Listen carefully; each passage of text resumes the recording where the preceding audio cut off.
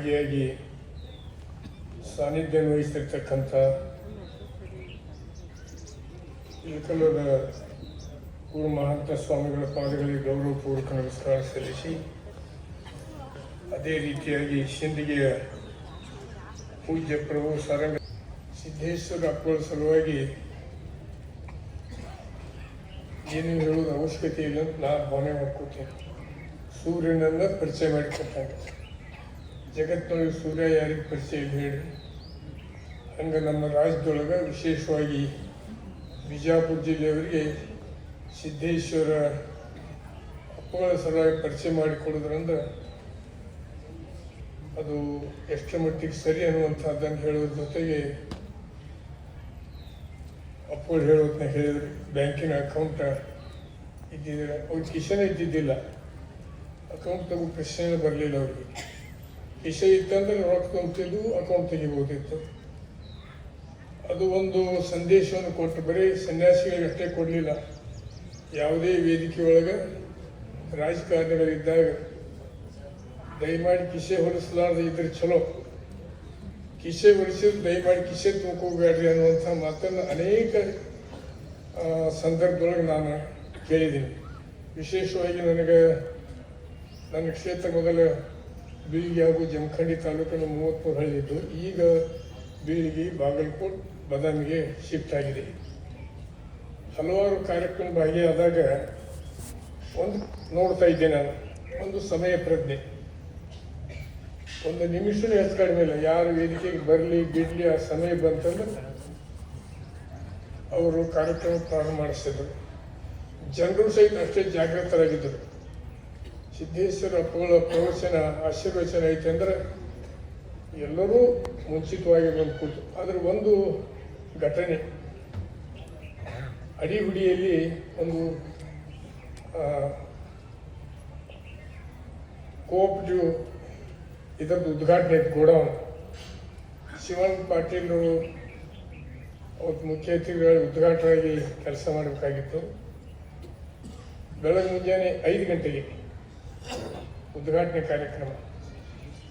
ನನ್ನ ಕ್ಷೇತ್ರ ಇತ್ತು, ನಾನು ಅವರು ಜಮಖಂಡೊಳಗೆ ವಸತಿ ಮಾಡಿ 5ಕ್ಕಿನ್ನೂ 10 ನಿಮಿಷ ಇದ್ದಾಗ ನಾನು ಹೋದೆ. 10 ಮಂದಿ ಬಿಟ್ಟು 11 ಇಲ್ಲ.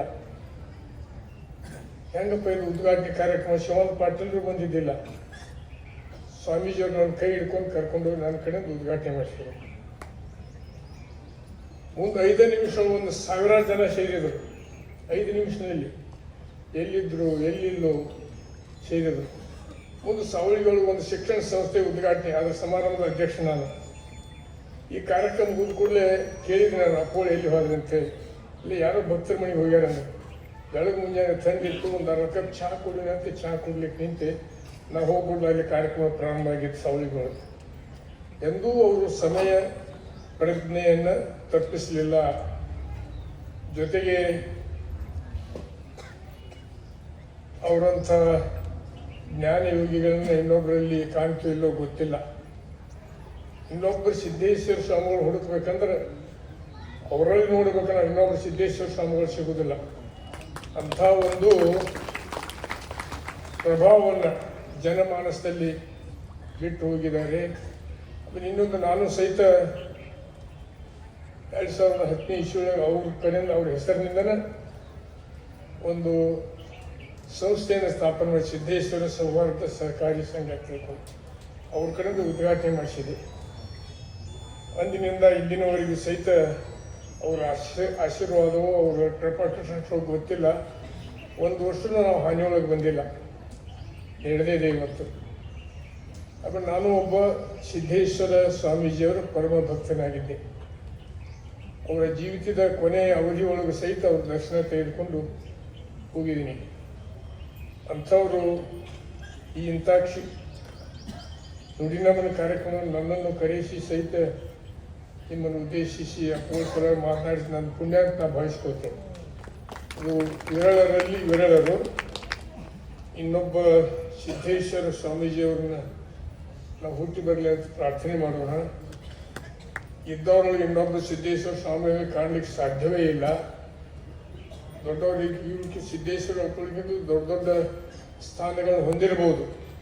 ಆದರೆ ಸಿದ್ದೇಶ್ವರ ಸ್ವಾಮಿಗಳು ಸರಿಸಮಾನವಾಗಿ ಯಾರು ಅನಿತಾ ಭಾವಿಸಬಾರ್ದು ಇಲ್ಲ ಅನ್ನೋದು ನನ್ನ ವೈಯಕ್ತಿಕ ಅಭಿಪ್ರಾಯ ಇದೆ. ಸಾರ್ವಜನಿಕ ಅಭಿಪ್ರಾಯ ಗೊತ್ತಿಲ್ಲ, ನನ್ನ ವೈಯಕ್ತಿಕ ಅಭಿಪ್ರಾಯ. ಅದಕ್ಕೆ ನಿಜವಾಗಿಯೂ ನಾವು ಬಾಗಲಕೋಟೆ, ಬಿಜಾಪುರ ಮತ್ತು ಬಾಗಲಕೋಟೆಯವರು ಪುಣ್ಯವಂತರು ನಮ್ಮ ಜಿಲ್ಲೆಯಲ್ಲಿ. ಯಾಕಂದರೆ ಇದು ಅವಿಭಾಜ್ಯ ಜಿಲ್ಲೆ ಆಗಿತ್ತು. 98ನೇ ಇಸ್ವಿಯೊಳಗೆ ನಾವು ವಿಭಾಗ ಆದೀವಿ. ನಮ್ಮ ಜಿಲ್ಲೆಯೊಳಗೆ ಇಂಥವರು ಪುಣ್ಯಾತ್ಮರು ಹುಟ್ಟಿದ್ದು ನಮ್ಮ ಜಿಲ್ಲೆ ಪುಣ್ಯ ಅನ್ನುವಂಥದ್ದನ್ನು ಭಾವಿಸಿಕೊಂಡು ಏನು ಸಿದ್ದೇಶ್ವರ ಅಪ್ಪಗಳು ನಮಗೆ ಬಿಟ್ಟು ಹೋಗಿದ್ದಾರೆ, ಮಾರ್ಗದರ್ಶನ ಮಾಡಿ ಹೋಗಿದ್ದಾರೆ. ಅವ್ರು ಹೇಳಿದ್ದೊಳಗೆ 1% ಆದರೂ ನಾವು ಪಾಲಿಸಿದ್ವಿ ಅಂದ್ರೆ ಅವರ ಆತ್ಮಕ್ಕೆ ಚಿರಶಾಂತಿ ಸಿಗ್ತೈತೆ ಅನ್ನುವಂಥ ಮಾತನ್ನು ಹೇಳ್ತೀನಿ. ಬರೀ ಇವತ್ತು ಸಭೆ ಸಮಾರಂಭ ಬರುವುದು ಕೇಳ್ತೀವಿ. ಈ ಯೋಗಾಶ್ರಮಕ್ಕೆ ಬಂದೆವು ಅಂದರೆ ಎಲ್ಲ ಮನುಷ್ಯ ಚಿಂತೆ ಬಿಟ್ಟು ಆರಾಮ್ ಕುಂತಿರ್ತೀವಿ, ಸಂಸಾರಕ್ಕೆ ಇದನ್ನು ಬಿಟ್ಟಿರ್ತೀವಿ. ಇಷ್ಟಕ್ಕೆ ಸಾಲೋದಲ್ಲ. ಅವ್ರೇನು ಇವತ್ತು ನಮಗೆ ಜ್ಞಾನ ಕೊಟ್ಟು ಹೋಗಿದ್ದಾರೆ, ಪುಸ್ತಕಗಳ ಮೂಲಕ ಕೊಟ್ಟಿದ್ದಾರೆ, ಪ್ರವಚನ ಮೂಲಕ ಕೊಟ್ಟಿದ್ದಾರೆ, ಆಶೀರ್ವಚನ ಮೂಲಕ ಕೊಟ್ಟಿದ್ದಾರೆ. ಅದು ನಮ್ಮ ಜೀವನದೊಳಗೆ 1% ಆದರೂ ಅಳವಡಿಸ್ಕೊಳ್ಳೋಣ ಅನ್ನುವಂಥ ಮಾತನ್ನು ಹೇಳಿ ಇವತ್ತು ನನ್ನನ್ನು ಸಹಿತ ಇಲ್ಲಿ ಕರೆಸಿ ಪ್ರಥಮವಾಗಿ ಮಾತನಾಡಲಿಕ್ಕೆ ಅವಕಾಶ ಮಾಡಿಕೊಟ್ಟಂಥ ಯೋಗಾಶ್ರಮದ ಎಲ್ಲ ಪೂಜ್ಯರಿಗೂ, ಸಾನ್ನಿಧ್ಯ ವಹಿಸಿದಂಥ ಪೂಜ್ಯರಿಗೂ, ವಿಶೇಷವಾಗಿ ನಮ್ಮ ಲೋಕಾಯುಕ್ತರಾದ BS ಪಾಟೀಲರು ಎಲ್ಲರಿಗೂ ನಮಸ್ಕರಿಸಿ ಎರಡು ಮಾತು. ಸಂಪುಟಗಳಲ್ಲಿ ಹೊರತಾ ಇರಲಾಗಿದೆ. 6 ಸಂಪುಟಗಳು ಸುಮಾರು 6,000 ಪುಟ ಅಂದ್ರೆ ಅಡ್ಡಿಲ್ಲ. ಆ 6 ಸಂಪುಟಗಳನ್ನು ಇದೀಗ ನಮ್ಮ ನಾಡಿನ ನ್ಯಾಯಮೂರ್ತಿಗಳಾದ BS ಪಾಟೀಲ್, ಕರ್ನಾಟಕದ ಲೋಕಾಯುಕ್ತ ನ್ಯಾಯಮೂರ್ತಿಗಳು ಬಿಡುಗಡೆ ಮಾಡ್ತಾ ಇದ್ದಾರೆ. ತಾವೆಲ್ಲರೂ ಅದಕ್ಕೆ ಸಾಕ್ಷಿ ಆಗ್ಬೇಕಂತ ತಮ್ಮಲ್ಲಿ ಕೇಳ್ಕೊಳ್ತೇನೆ. ಇವು 6 ಗ್ರಂಥ ಇದ್ರೆ ಅಪೋಳ ನಮ್ಮ ಮನೆಯಾಗಿದ್ದಂಗೆ ಇಬ್ರು ನೆನಪಿರ್ಲಿ. ಈ 6 ಗ್ರಂಥ ಇದ್ರೆ ವೇದಾಂತ ಮಲ್ಲಿಕಾರ್ಜುನ ಸ್ವಾಮಿಗಳವರು, ಜ್ಞಾನಯೋಗಿ ಸಿದ್ದೇಶ್ವರಪ್ಪಗಳು ನಮ್ಮ ಹೃದಯದಲ್ಲಿ ನೆಲೆಸ್ತಾರೆ, ನಮ್ಮ ಮನೆಯಲ್ಲಿ ನೆಲೆಸ್ತಾರೆ, ಮನಸ್ಸಿನ ನೆಲೆಸ್ತಾರೆ. ಅಂತ ಗ್ರಂಥಗಳನ್ನು ಬಿಡುಗಡೆ ಮಾಡಿದಂಥ ಎಲ್ಲ ಪೂಜ್ಯರಿಗೆ, ನ್ಯಾಯಮೂರ್ತಿ BS ಪಾಟೀಲ್ ಅವರಿಗೆ ಎಲ್ಲರಿಗೂ ಶರಣಾರ್ಥಿಗಳು.